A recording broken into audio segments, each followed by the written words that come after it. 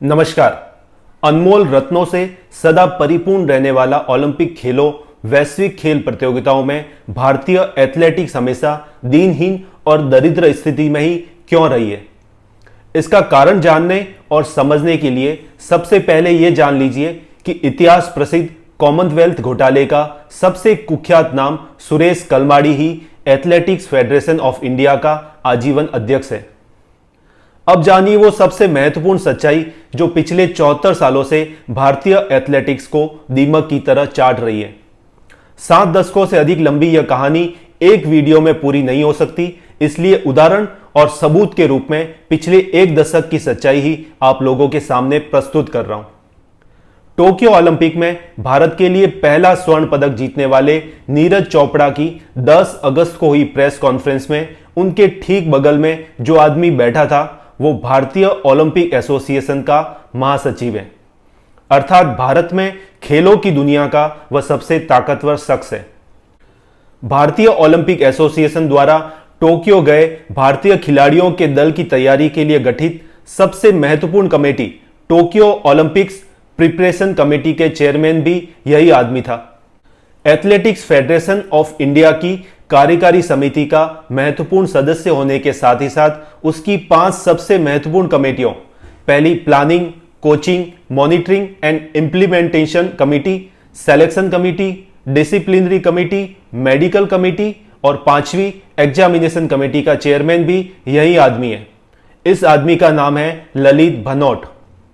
निर्लजता, धूर्तता की पराकाष्ठा तो यह है कि टोक्यो ओलंपिक से ठीक पहले दिल्ली हाईकोर्ट में एथलेटिक्स फेडरेशन ऑफ इंडिया तथा भारतीय ओलंपिक संघ को हलफनामा देकर यह सफाई देनी पड़ी थी कि ललित भनोट को भारतीय दल के साथ टोक्यो ओलंपिक या अन्य किसी भी अंतर्राष्ट्रीय एथलेटिक्स प्रतियोगिता में जाने की अनुमति नहीं दी गई है।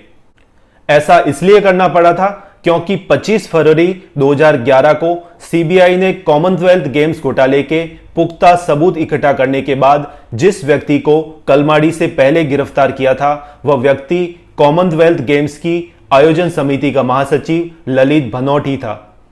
यानी सुरेश कलमाडी के बाद सर्वाधिक महत्वपूर्ण पद इन्हीं ललित भनोट का ही था।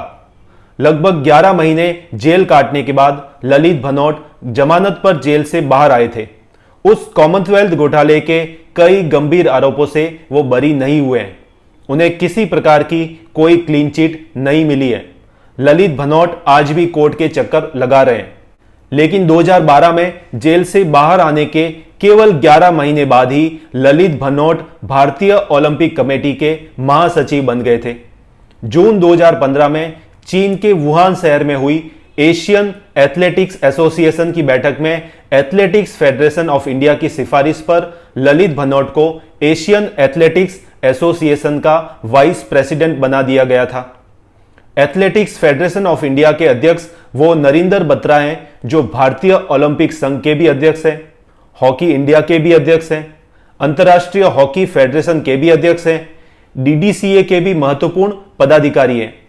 लेकिन आश्चर्यजनक स्थिति यह है कि अपनी फेसबुक प्रोफाइल पर नरिंदर बत्रा ने अपना परिचय उद्योगपति व्यवसायी के रूप में ही दर्ज कर रखा है।